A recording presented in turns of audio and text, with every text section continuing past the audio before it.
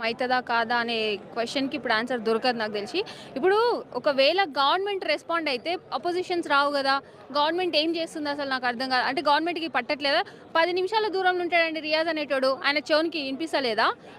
జనాలు ఫోను చేస్తే ఎత్తడు, మాట్లాడడు, కామెంట్లు ఆఫ్ చేసుకుంటాడు. మళ్ళేమనంటే మేము ఎవరైనా ఇట్లా వచ్చి పరామర్శించి ఎళ్ళంగానే ఓ వీడియో పెడతాడు. ఏమని? ఈ వాయిదా, ఆ వాయిదా, ఈ వాయిదా ఎన్ని రోజులని మభ్యపెడతాడు ఆయన ఇంకా మనుషుల్ని? అంటే ఇన్ని రోజులు చూపించుకున్నావు. నీకు కావాల్సింది నువ్వు తెచ్చుకున్నావు. అయినా గూడా ఇంకా మా ఎనకాల ఎందుకు? మా సమస్యలు జెన్యూన్‌గా తీసుకోపోండి గవర్నమెంట్ దగ్గరికి.